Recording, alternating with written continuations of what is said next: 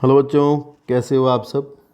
लेकर के आए नेक्स्ट पार्ट अपनी वीडियो का, जो कि हमारा सेल वाला चैप्टर चल रहा है। आज ये चैप्टर ख़त्म हो जाएगा, तो थोड़ी वीडियो की लंबाई 30-35 मिनट हो सकती है, तो ध्यान से पूरी वीडियो देखिएगा। बहुत आराम से एक एक चीज़ आपके समझ में आने वाली है, और जितने क्वेश्चन आपको बाहर से आते हैं वो सब मिलने वाले हैं। तो चलिए शुरू करते हैं वीडियो को, ज़्यादा बातें नहीं करते हैं। यहाँ लिखा गया है, कलम लास्ट वीडियो हमारी यहाँ ऊपर तक हुई थी, तो अभी हम यहाँ से शुरू करेंगे। यहाँ लिखा गया है कि आप याद करें कि अंतरावस्था केंद्रक में ढीले ढाली स्पष्ट न्यूक्लियो प्रोटीन तंतुओं की जालिका मिलती है। तो मतलब ये कह रहे हैं कि जब आप कोशिका विभाजन पढ़ोगे, तो कोशिका विभाजन की जो आपकी इंटरफेज होती है, यानी कि जो विभाजना अंतराल अवस्था होती है, यानी दो कोशिका विभाजन के बीच की जो अवस्था होती है, उस समय अगर आप देखोगे तो आपको जो क्रोमोसोम होते हैं वो आपके ढीले ढाले मिलते हैं, तब उनको आप क्रोमेटिन कहते हैं। ढीले ढाले मतलब लूज़, ठीक है ना। तो वरना अगर आपकी जो कोशिका है, अगर वो सूत्री विभाजन कर रही होती है, विभाजन के समय अगर जाओगे तो वहाँ आपके वो संघनित हो जाते हैं क्रोमोसोम, वो जो आपके क्रोमेटिन होते हैं, और वो संघनित होकर के आपके वहाँ गुणसूत्र बनाते हैं। गुणसूत्र थोड़ी मतलब आप समझना जैसे संगठित सी संरचना होती है, जो कि बहुत सारे धागों से मिल करके बनी होती है, ऐसा है। तो क्रोमेटिन आपके दो प्रकार के होते हैं, वो यहाँ थोड़ा सा डिस्कस कर लेंगे अभी। 12th क्लास में भी है, पर यहाँ भी थोड़ा बता देंगे। यहाँ लिखा है कि अवस्थाओं में व विभाजन के समय केंद्रक के स्थान पर गुणसूत्र संरचना दिखाई पड़ती है।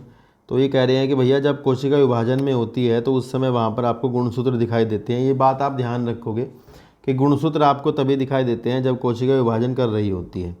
क्रोमेटिन में डीएनए तथा कुछ क्षारीय प्रोटीन मिलते हैं। देखिए डीएनए आपका क्योंकि एसिडिक होता है, अम्लीय होता है, तो इसलिए वहाँ पर आपको कुछ क्षारीय प्रोटीन होंगे जो उसके साथ में जुड़े होते हैं। उन क्षारीय प्रोटीनों को हम हिस्टोन कहते हैं। ये मोस्ट इंपॉर्टेंट क्वेश्चन है, आप ध्यान रखोगे कि भैया हिस्टोन प्रोटीन कहाँ मिलते हैं, तब आपका उत्तर होता है कि हिस्टोन प्रोटीन गुणसूत्रों में या डीएनए को स्टेबल करने के लिए होते हैं, जो कि दो अमीनो अम्लों के बने होते हैं। उनका नाम होता है, मतलब और भी होते हैं पर ये मेन होते हैं इसमें, आर्जिनिन और लाइसिन। ध्यान रखना, हिस्टोन प्रोटीन में दो अमीनो अम्ल होते हैं, आर्जिनिन और लाइसिन। तो उसकी वजह से वो क्षारीय होते हैं, और डीएनए अम्लीय होता है, उसे स्टेबल बना करके रखते होते हैं, ठीक है। और दूसरी नॉन हिस्टोन प्रोटीन भी बहुत तरह की मिलती होती हैं, जो कि हिस्टोन की बनी हुई नहीं होती। फिर लिखा है इसके अतिरिक्त उनमें इतर हिस्टोन व आरएनए मिलता है। तो यार देखो, आप ध्यान रखना, जब कभी आपसे ये पूछा जाए कि क्रोमेटिन किसका बना होता है, तब आप डीएनए, आरएनए एवं प्रोटीन तीनों आप चुनेंगे। डीएनए भी चुनोगे, आरएनए भी चुनोगे, और प्रोटीन भी चुनोगे, ये ध्यान रखना। इसके अतिरिक्त उनमें इतर हिस्टोन व इतर हिस्टोन का मतलब ये है कि नॉन हिस्टोन, मतलब हिस्टोन के अलावा दूसरी तरह की प्रोटीनें भी मिलती हैं, और आरएनए भी। तो ये दोनों सवाल बहुत इंपॉर्टेंट है यार। एक तो ये पता होना चाहिए कि कभी आप क्रोमेटिन में आरएनए ना लगाओ। बच्चे ज़्यादातर केवल यही लगा देते हैं कि क्रोमेटिन में डीएनए होता है, तो गलत हो जाता है सवाल।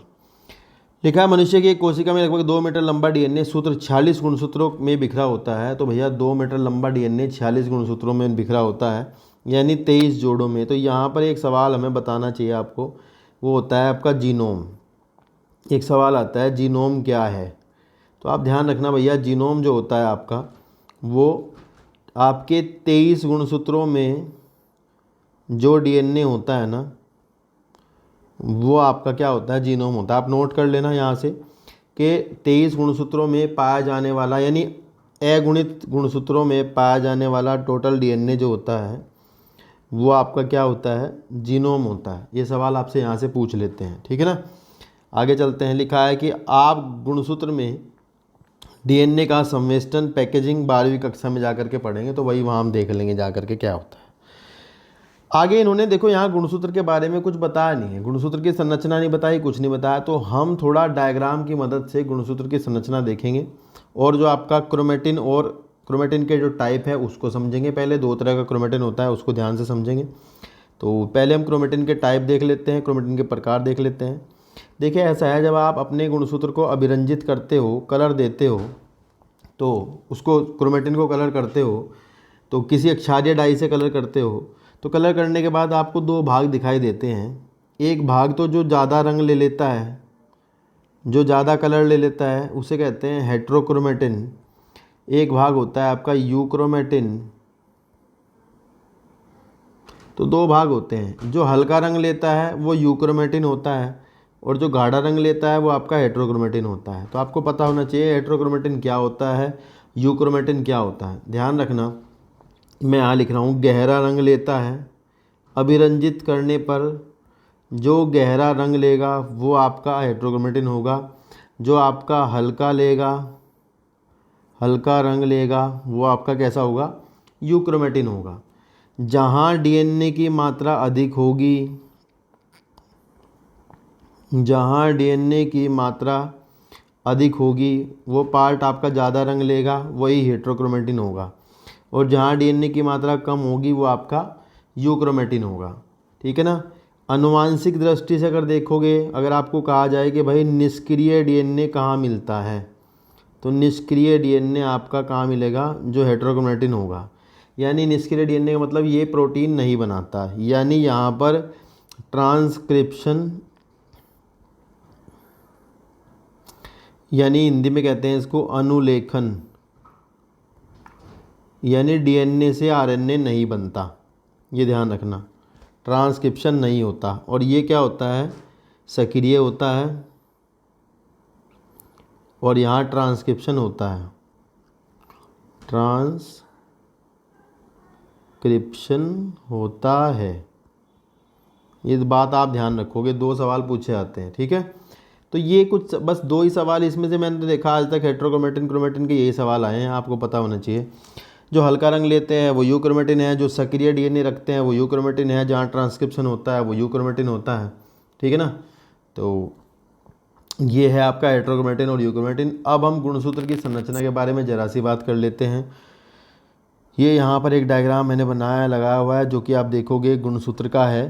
तो इसमें आप देख सकते हो ध्यान से कि आपका जो ये गुणसूत्र दिखाई दे रहा है पहले वाला, तो इसमें आपको दिखेगा कि एक सेंटर पे सेंट्रोमियर एक वर्ड लिखा हुआ है, सेंट्रोमियर, ये सेंट्रोमियर लिखा हुआ है। तो सेंट्रोमियर गुणसूत्र का वह हिस्सा होता है जिस हिस्से पर पाया जाने वाला डीएनए जब रंग करते हैं ना, जब इसको कलर करते हैं, तो ये पार्ट इसका रंग नहीं लेता है। ठीक है ना, यहाँ वाला पार्ट। और यहाँ पर हम देख सकते हैं, क्योंकि आपको बताएं विभाजन से पहले की अवस्था में, विभाजन से पहले अगर विभाजनांतराल अवस्था जो होती है, उस अवस्था के टाइम पर आपका जो गुणसूत्र है वो अपने डीएनए को कॉपी करके दो बना लेता है। लेकिन अभी भी डीएनए को कॉपी करने के बाद भी वो दोनों के दोनों एक ही जगह पर जुड़े होते हैं, सेंटर पर जुड़े होते हैं बीच में, तो उसे आप गुणसूत्र बिंदु कहते हो। तो ये गुणसूत्र बिंदु है आपका जो सेंटर पे है, इसे हम कहते हैं सेंट्रोमियर या गुणसूत्र बिंदु। ठीक है ना। तो यहाँ पर ये जब रंग करते हैं तो ये कलर भी नहीं लेता है, ये पार्ट, ये वाला सेंटर वाला पार्ट कोई रंग भी नहीं लेता है, ये भी आप बात ध्यान रखेंगे। ठीक है। बाकी इसके तरफ आपको जो दोनों दो तरफ दिख रहे हैं, ये और ये आपके क्रोमेटिड हैं। क्या कहते हैं इनको, क्रोमेटिड, यानी कि ये एक ही गुणसूत्र के दो पार्ट हैं, मतलब एक दूसरे के डीएनए कॉपी है, बस आप ऐसा समझ लीजिए, एक दूसरे की बिल्कुल एग्जैक्ट कॉपी होते हैं। ठीक है। फिर आप दूसरे वाले डायग्राम में आप ध्यान से देख पा रहे होंगे, यहाँ पर कई सारी चीज़ें हैं। देखो सबसे ऊपर चलते हैं, तो किसी गुणसूत्र में यहाँ पर आपको लिखा मिलता है टीलोमियर। तो भाई टीलोमियर क्या है ये हमें जानना चाहिए। तो टीलोमियर जो होता है ये गुणसूत्र का किनारे वाला भाग होता है, एकदम अंत्यखंड इसे कहते हैं। क्या कहते हैं, अंत्यखंड। ठीक है ना। तो इस अंत्यखंड पर यहाँ पर कुछ इस प्रकार के एंजाइम मिलते हैं जो कि डीएनए कॉपिंग में मदद करते हैं। तो उस एंजाइम को हम कहते हैं टीलोमिरेज। ये ध्यान रखना, ये यहाँ पर एक एंजाइम होता है जो कि डीएनए की कॉपिंग में मदद करता है। ठीक है। अंदर आप देख रहे होंगे इसमें कुछ ऐसा इस तरह की संरचना दिखाई दे रही है आपको, ये। ठीक है, ये तो ये एक ही डीएनए की दो कॉपी हैं। आप इनको कह सकते हो, इसको कहते हैं क्रोमोनिमेटा, इसको कह सकते हैं क्रोमोनिमेटा। क्रोमोनिमेटा यानी कि एक क्रोमेटिड ही आप समझिएगा, मतलब क्रोमोनिमेटा इसी को क्रोमेटिड को ही कहते हैं। क्रोमेटिड क्या होता है आप सोच रहे होंगे, क्रोमेटिड होता है अर्धगुणसूत्र। अर्धगुणसूत्र देखो जब ये एक सेंट्रोमियर से अलग हो जाते हैं ना, तब आप इनको गुणसूत्र कह सकते हो। अभी आप इसको अर्धगुणसूत्र कहोगे क्योंकि ये एक ही गुणसूत्र का हिस्सा है। तो इस क्रोमोनिमेटा में आप एक और चीज़ देख रहे होंगे, अंदर गोले गोले देख रहे होंगे, ये छोटे छोटे से, इनको कहते हैं क्रोमोमियर। क्रोमोमियर ऐसे मानते हैं कुछ वैज्ञानिक के जो क्रोमोमियर होते हैं, जो कणिकाएँ सी होती है ना ये, तो ये कहते हैं कुछ एंजाइम के यहाँ इन कणिकाओं में जीन्स मिलते हैं, जीन पाए जाते हैं। पर ज़्यादातर वैज्ञानिक इस बात पर वो नहीं देते, मतलब रेस्पॉन्स नहीं देते, कहते हैं कि नहीं कुछ नहीं है, ऐसा ही है। पर आपको मैं बता रहा हूँ कि यहाँ पर जीन्स होते हैं, ठीक है, जीन्स पाए जाते हैं, ये बात आप ध्यान रखोगे। फिर इसमें आप नीचे जाओगे, यहाँ मिलेगा सेकेंडरी कॉन्स्ट्रिक्शन, इसको कहते हैं द्वितीयक संकीर्णन। इसके बारे में बात करते हैं अभी। द्वितीयक संकीर्णन, यहाँ लिखा है क्रोमोमियर, वही जो मैंने बताया वही आपको, ये आपका क्रोमोनिमेटा है। नीचे आओगे, यहाँ लिखा है प्राइमरी कॉन्स्ट्रिक्शन। तो आपको पता होना चाहिए कि प्राथमिक संकीर्णन जो होता है वो सेंट्रोमियर होता है। ये सवाल आता है प्राथमिक संकीर्णन क्या है, तब आप बताओगे भैया प्राथमिक संकीर्णन जो होता है वो सेंट्रोमियर होता है। ये पूछते हैं सवाल, ये भी ये इंपॉर्टेंट सवाल है, ध्यान रखना। नीचे आप देखोगे क्रोमोनिमेटा ही हमने बता दिया है, यहाँ पर लिखा हुआ है न्यूक्लियोलस। तो ये थोड़ा सा इम्पोर्टेंट पार्ट है। देखिए कुछ गुणसूत्र, सारे नहीं, कुछ गुणसूत्र, जैसे हमारे अंदर, हमारे मतलब मनुष्य में 13वां, 14वां, 15वां, 21वां और 22वां, ये वो गुणसूत्र हैं बेटा जिन गुणसूत्रों के अंदर ये संरचना, ये द्वितीयक संकीर्णन ये वाला मिलता है। और ठीक है, जिस पर लिखा है न्यूक्लियोलर ऑर्गेनाइजर। न्यूक्लियोलर ऑर्गेनाइजर को हिंदी में कहते हैं केंद्रकीय संगठक। यानी कि कुछ गुणसूत्र ऐसे होते हैं जो केंद्रिका को संगठित कराने में मदद कर देते हैं, ठीक है ना। उन्हीं गुणसूत्रों में आपको ये द्वितीयक संकीर्णन या ये न्यूक्लियोलर ऑर्गेनाइजर या NOR, आपको पूछेंगे NOR रीजन्स किन गुणसूत्रों में मिलता है, तो आप बताओगे जो गुणसूत्र आपके केंद्रिका को संगठित कराने में मदद करते हैं उनके अंदर आपका मिलता है ये, ठीक है ना। फिर ये गुणसूत्र हमारे अंदर कौन कौन से होते हैं, तो 13वां, 14वां, 15वां, 21वां, 22वां, ये हमारे अंदर पाए जाते हैं। ऐसे गुणसूत्रों में किनारे का रीजन जो होता है ये वाला, ये आपका अलग हो जाता है, इसे कहते हैं सैटेलाइट। तो सैटेलाइट जो है भैया ये एक तरह का मार्कर होता है। मार्कर का मतलब ये बताता है कि ऐसा है, यहाँ ये वाले हैं वो गुणसूत्र जो कि आपके केंद्रिका बनवाएंगे, जिनमें NOR मिलता है, जिनमें NOR मिलता है, ये आप बात ध्यान रखोगे। तो ये आपका गुणसूत्र की संरचना होती है। तो उसमें ज़्यादा चीज़ें जो है नहीं, देखो एक एक छोटी छोटी चीज़ें हैं, तो आपको कम से कम ये बातें पता होनी चाहिए। प्राथमिक संकीर्णन, द्वितीयक संकीर्णन, NOR क्या होता है, सैटेलाइट गुणसूत्र कौन से होते हैं, ये पता होना चाहिए आपको, ठीक है ना।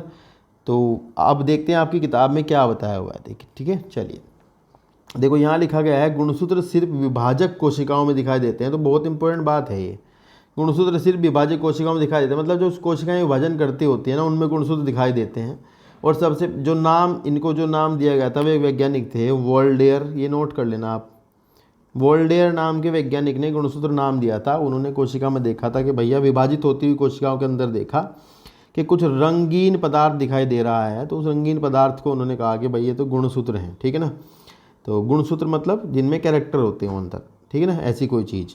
फिर लिखा है प्रत्येक गुणसूत्र में एक प्राथमिक संकीर्णन मिलता है। तो हमने बता दिया प्राथमिक संकीर्णन आपका क्या होता है, प्राइमरी कॉन्स्ट्रिक्शन इसे कहते हैं, जो कि आपका सेंट्रोमियर होता है, या फिर इसे कहते हैं गुणसूत्र बिंदु। तो आपको ये पता होना चाहिए गुणसूत्र बिंदु क्या है, प्राथमिक संकीर्णन है, ये सवाल पूछेंगे। फिर लिखा है कि इस पर बिंब आकार की संरचना मिलती है जिसे काइनेटोकोर कहते हैं। तो भैया देखो, अगर ये बराबर में डायग्राम है सेंट्रोमियर का, मैं आपको बता दूं, इस पर यहाँ पर आपका एक स्ट्रक्चर प्रोटीन की बनी हुई मिलती है, इधर भी और इधर भी। ये आप कोशिका विभाजन वाले चैप्टर में बहुत अच्छे समझोगे। इस पर आपका लगा रहता है यहाँ तर्कुतंतु लगे रहते हैं। तर्कु आप समझोगे कोशिका विभाजन में। तो ये संरचना जो मैंने बनाई है इसको कहते हैं काइनेटोकोर। ये काइनेटोकोर गुणसूत्र बिंदु के दोनों ओर पाई जाती है, ठीक है ना। और इस पर आकर के तर्कुतंतु लगेंगे। जब आपका कोशिका विभाजन होगा वहाँ जाकर के आप अच्छे से देखोगे किस प्रकार स्पिंडल फाइबर्स या तर्कुतंतु इस पर आकर के अटैच होते हैं। फिर आगे लिखा है इस पर बिंब आकार की संरचना मिलती है, इसे काइनेटोकोर कहते हैं। एंड तारक काय गुणसूत्र के दोनों ओर अद्वय गुणसूत्रों के एक बिंदु पर पकड़ कर रखना है। गुणसूत्र मतलब यहाँ पर इस पर आकर के वो स्पिंडल फाइबर लगेंगे, ये बात ध्यान रखना, ठीक है। गुणसूत्र बिंदु की स्थिति के आधार पर गुणसूत्रों को 4 प्रकार से बांटे जाते हैं। तो भैया ये ध्यान रखना है, थोड़ी सी अब अलग बात है कि सीधा सीधा इन्होंने आकर कहा कि भैया ऐसा है कि गुणसूत्र बिंदु के आधार पर 4 प्रकार के गुणसूत्र होते हैं, ठीक है, जिनमें से जिन गुणसूत्रों में सेंट्रोमियर मध्य मिलता है वो मध्य केंद्रीय या मेटासेंट्रिक, जिनमें कि बीचों बीच स्थित होता है, और जिनमें जिससे गुणसूत्र की दोनों भुजाएं बराबर लंबाई की होती हैं, उपमध्य केंद्रीय या सब मेटासेंट्रिक मतलब बीच में से थोड़ा सा उधर को। गुणसूत्र में गुणसूत्र बिंदु गुणसूत्र के मध्य से हटकर होता है, इसके परिणाम स्वरूप एक भुजा छोटी एक लंबी हो जाती है। अगर बिंदुक एक्रोसेंट्रिक गुणसूत्र में गुणसूत्र बिंदु इसके बिल्कुल किनारे पर मिलता है, जिससे एक भुजा अत्यंत छोटी एक भुजा बहुत लंबी हो जाती है। जबकि अंत्य केंद्रिक या टीलोसेंट्रिक, ये यहाँ फीबो लिखा है, गलत है, ये टीलो है, टीलोसेंट्रिक गुणसूत्र में गुणसूत्र बिंदु गुणसूत्र के शीर्ष पर होता है, तो जिसमें किनारे पर होता है वो आपके टीलोसेंट्रिक होते हैं। तो 4 प्रकार के यहाँ होते हैं, किसके आधार पर? गुणसूत्र बिंदु के आधार पर होते हैं 4 प्रकार के, जिनमें कि आपका एक तो बीच में, एक बीच से थोड़ा उधर, यहाँ देखो डायग्राम दिख रहे हैं 4, एक तो सेंटर पर है ये, एक ये इधर वाला थोड़ा इधर, एक इधर और एक इधर, ठीक है। इनसे कुछ सवाल और आते हैं, मैं आपको बता देता हूँ। देखो वो सवाल ये हैं कि भाई जो छोटी आम होती है, छोटी भुजा होती है, उसको पी कहते हैं, और जो बड़ी भुजा होती है उसको क्यू कहते हैं। ये थोड़ा सवाल है, नीट में आ गया था गलती से, पता नहीं क्यों बच्चों से हो नहीं पाया था, तो थोड़ा इंपॉर्टेंट है भाई, ध्यान रखना, ठीक है ना, ये बहुत ज़रूरी बात है, पी और क्यू। दूसरी बात आपको पूछते हैं, भुजाओं का अनुपात पूछते हैं, ठीक है, भुजाओं का अनुपात पूछा जाता है। भुजाओं के अनुपात से एक सवाल आया करता है कि इन चारों प्रकार के गुणसूत्रों में से किसका आर्म रेशो या किसका भुजाओं का अनुपात सबसे ज़्यादा होता है। तो बड़ी भुजा छोटी भुजा का अनुपात देखते हैं, तो जो कि आपका इसमें एक्रोसेंट्रिक में सबसे ज़्यादा होता है, ये ध्यान रखना। एक्रोसेंट्रिक में आर्म रेशो मतलब भुजाओं का अनुपात सबसे ज़्यादा होता है, ये ध्यान रखना, बस ये सवाल आएगा, सबसे ज़्यादा आर्म रेशो कहाँ मिलता है, इसमें मिलता है, ठीक है ना। कुछ प्रॉपर्टी हैं थोड़ी सी, मैं आपको एक आधी और चीज़ें बता देता हूँ। देखिए ऐसा है, जो गुणसूत्र की संख्या, जो आपको संरचना दिखाई दे रही है ना, ये संरचना कोशिका विभाजन के दौरान जो मेटाफेज होती है आपकी, मध्यावस्था जिसे कहते हैं, उसमें दिखाई देती है। प्रत्येक जीव जाति की कोशिकाओं के सभी गुणसूत्र जितने भी तरह के होते हैं, उनमें एक विशेष प्रकार का आकार होता है। उस विशेष प्रकार के आकारिकी को कहते हैं कैरियोटाइप। कैरियोटाइप क्या है आप ये समझिए, बस एक शब्द में, आकारिकी है। आकारिकी मतलब उनकी विशेष प्रकार की जो आकार की होती है वो है। इसका सवाल आता है, इसका कैरियोटाइप का अध्ययन कब करते हैं? तो आपका आंसर होगा, इसका अध्ययन मेटाफेज में करते हैं। कैरियोटाइप का अध्ययन मध्यावस्था या मेटाफेज, जो कोशिका विभाजन की अवस्था होती है, उसमें किया जाता है, ठीक है। फिर पूछते हैं यहाँ पर हम क्या क्या देख सकते हैं। तो यहाँ पर हम देख सकते हैं संख्या, यहाँ पर हम देख सकते हैं सेंट्रोमियर कहाँ पर है, किस जगह पर है, बीच में है, इधर उधर है। यहाँ देख सकते हैं भुजाओं की लंबाई, भुजाओं की लंबाई देख सकते हो, ठीक है ना। सेकेंडरी कॉन्स्ट्रिक्शन, द्वितीयक संकीर्णन, ये सब चीज़ें आप कहाँ देख सकते हो? कैरियोटाइप बना करके। और अगर आप कैरियोटाइप को किसी आरेख में बना करके प्रदर्शित करते हो तो उसे ईडियोग्राम कहते हैं। ये नोट कर लेना सब बातें आप। ईडियोग्राम क्या है? कैरियो, कैसे लिखें, हिंदी में लिख देते हैं, लाओ, कैरियो टाइप का आरेख। जो कैरियोटाइप का आरेख होता है ना, उसको हम कहते हैं ईडियोग्राम। ये बात आप ध्यान रखना, ठीक है। हर एक जाति का ईडियोग्राम अलग से होता है, हर एक जाति का जिसका भी बनाओगे उसका अलग से होता है, ठीक है। तो ये आपका गुणसूत्र के बारे में यहाँ दिया गया है, ज़्यादा कुछ दिया नहीं गया है, ठीक है। एक बात और सुन लीजिए, ये जो आपका किनारे वाला रीजन होता है जिसके बारे में मैं कह रहा था, इसको कहते हैं टीलोमियर। तो टीलोमियर की एक खास बात है, एक और बता देता हूँ कि यहाँ पर टीलोमियर पर गुआनिन, जो आपको डीएनए में पढ़ाया जाएगा, गुआनिन ज़्यादा मात्रा में होता है। ध्यान रखना, guanine nitrogen base, nitrogen base मतलब नाइट्रोजन क्षार ज़्यादा होता है। ये नोट कर लो भाई सब बातें, ठीक है ना। गुआनिन नाइट्रोजन क्षार टीलोमियर पर ज़्यादा मात्रा में पाया जाता है। ठीक है, और एंजाइम का नाम है जो यहाँ पर होता है टीलोमेरेज होता है। ठीक है, ये ध्यान रखना। और टीलोमेयर जो है उम्र बढ़ने के साथ साथ छोटा होता चला जाता है। समझ रहे हो, टीलोमेयर उम्र बढ़ने के साथ साथ छोटा होता चला जाता है, उसे एजिंग कहते हैं। और एजिंग मतलब उम्र ख़त्म हो रही है और फिर कोशिका जो है मृत्यु की ओर चली जाती हैं, ऐसा है। तो ये सवाल आता है यहाँ से, बाकी सवाल आपसे नहीं पूछे आते। ठीक है ना। अब आपको कुछ एक्स्ट्रा बात बतानी है दो, वो ये हैं कि भाई दो बड़े प्रकार के गुणसूत्र होते हैं जिनमें दो आते हैं। एक तो आता है आपका पोलिटीन क्रोमोसोम और एक आता है लैम्प ब्रश क्रोमोसोम। तो आपको वे दोनों भी जानने पड़ेंगे क्योंकि वो सवाल पेपर में आ जाते हैं। नंबर एक तो आता है क्या आपका पोलिटीन क्रोमोसोम। अगर आपको कोई कहे कि भाई जेंट क्रोमोसोम बड़े गुणसूत्र कौन से होते हैं, ऐसा सवाल आएगा मान लो आपसे, तो आप बता दोगे भाई बड़े गुणसूत्र जो होते हैं दो होते हैं, पोलिटीन क्रोमोसोम और एक लैम्प ब्रश क्रोमोसोम। तो सवाल ये आता है पोलिटीन क्रोमोसोम की खोज किसने करी थी। तब आपका उत्तर होता है कि भैया इनकी खोज जो है वो E.G. बेल्बियानी ने करी थी। E.G. बेल्बियानी ने खोज करी थी। ठीक है, ये याद रखेंगे। कहाँ पर करी थी खोज, ये सवाल आएगा। आपका उत्तर होगा चिरो, आया तो आया वरना नहीं आएगा ये सवाल। ठीक है, बाहर से है ये पर आ जाता है कभी कभी। चिरोनोमस लार्वा में इसकी खोज करी गई थी। ठीक है, सवाल नंबर नेक्स्ट, ये कोशिका विभाजन की कौन सी अवस्था में पाए जाते हैं। तो भैया ये परमानेंट प्रोफेज में होते हैं। प्राथमिक अवस्था जो होती है उसमें होते हैं, कोशिका विभाजन की प्राथमिक अवस्था में होते हैं। परमानेंट का मतलब हमेशा ही, ये आप बात ध्यान रखना, ये सवाल बहुत ज़्यादा पूछा जाता है। सवाल नंबर नेक्स्ट, कहाँ मिला था ये लार्वा में। तो आपका उत्तर होगा कि लार्वा की सलाइवरी ग्लैंड में मिला था। सलाइवरी ग्लैंड में, ये तो इसलिए पूछते हैं कि सलाइवरी ग्लैंड गुणसूत्रों का नाम बताइए, ऐसा सवाल आता है। सलाइवरी ग्लैंड गुणसूत्र बताइए। सलाइवरी ग्लैंड जो आपका मुंह में जो है आपका वो बनाती है सलाइवा, ठीक है ना, तो उनमें मिलता था, सलाइवरी ग्लैंड में मिलता है, ये ध्यान रखना। ये सवाल है, सलाइवरी ग्लैंड में मिलता है। फिर अगला सवाल आता है कि इसकी संरचना ऐसी सी होती है इस तरह की, तो इसमें आपको कुछ बीच बीच में इस तरह से देखने को मिलेगा, मोटा मोटा सा, कई जगह पे इस तरह हुआ रहता है। इसको कहते हैं पफ, तो या फिर कहते हैं इसको बेल्बियानी रिंग। सवाल ये आता है बेल्बियानी रिंग कहाँ देखने को मिलता है, तो आप बता दोगे इनमें मिलता है। पफ जो होता है वो क्या होता है, बेल्बियानी रिंग होता है।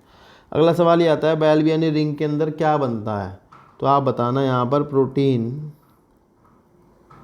व आरएनए का संश्लेषण होता है। प्रोटीन व आरएनए का संश्लेषण होता है। तो ये सवाल आप बिल्कुल ज़रूर ध्यान रखोगे, भूलना नहीं है, बहुत इंपॉर्टेंट सवाल है भाई, है ना, प्लीज़ है ध्यान रखना। तो यही सब आएगा इससे। तो दूसरा होता है आपका एक और, जो कि आपका है क्या नाम उसका, lamp brush chromosome. Lamp brush chromosome मतलब लैम्प ब्रश गुणसूत्र, ठीक है ना भैया। हिंदी इंग्लिश थोड़ा थोड़ा तो कर लोगे ये, आप इतने होशियार हो, है ना। लैम्प ब्रश गुणसूत्र, तो भाई लैम्प ब्रश गुणसूत्र कहाँ होते हैं, फिर वही सवाल है। तो ये आपको लैम्प ब्रश गुणसूत्र जो हैं आपको एम्फीबियंस की, किसकी भैया, एम्फीबियंस, उभयचर जो होते हैं, एम्फीबियन या उभयचर, ठीक है ना, उनकी उभयचर की oocyte मतलब अंडे बनाने वाली कोशिका, ठीक है, ध्यान रखना। oocyte मतलब अंडे बनाने वाली कोशिका, oocyte में मिलते हैं, यह आप बात ध्यान रखना, कहाँ मिलते हैं, oocyte में। फिर वही सवाल आता है ये कौन सी अवस्था में पाए जाते हैं, तब आपका उत्तर होता है कि ये आपके परमानेंट अर्धसूत्री विभाजन की प्रोफेज 1 की डिप्लोटीन में मिलते हैं। ये बस सवाल मोस्ट इम्पोर्टेंट सवाल है, ये ध्यान रखना, ठीक है। काम क्या करते हैं ये, तो ये भी काम इनका भी है, ये डीएनए और आरएनए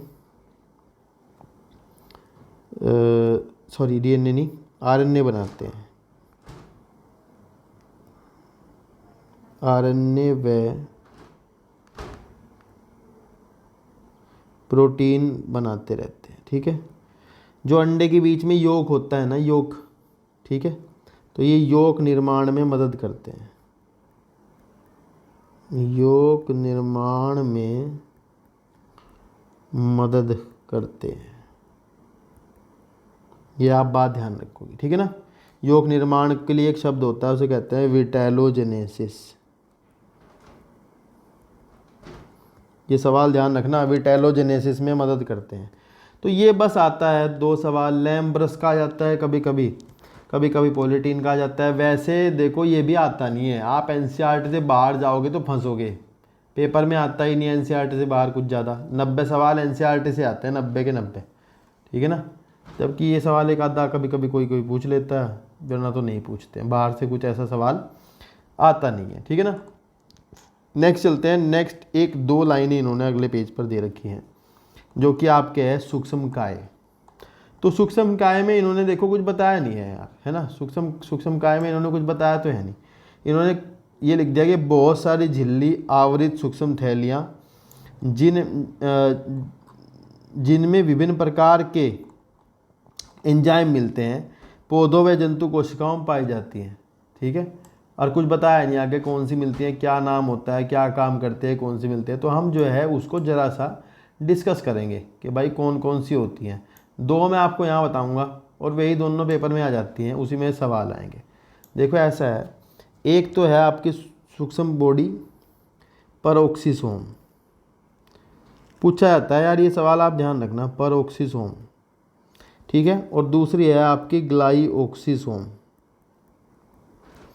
और हिंदी में इनका नाम होता नहीं है, इंग्लिश में ही होता है, परऑक्सीसोम या ग्लाइऑक्सीसोम, ठीक है ना। तो भैया ऐसा है, परऑक्सीसोम जो होता है इसका काम मैं आपको प्रकाश संश्लेषण में भी समझाऊंगा बहुत अच्छे से।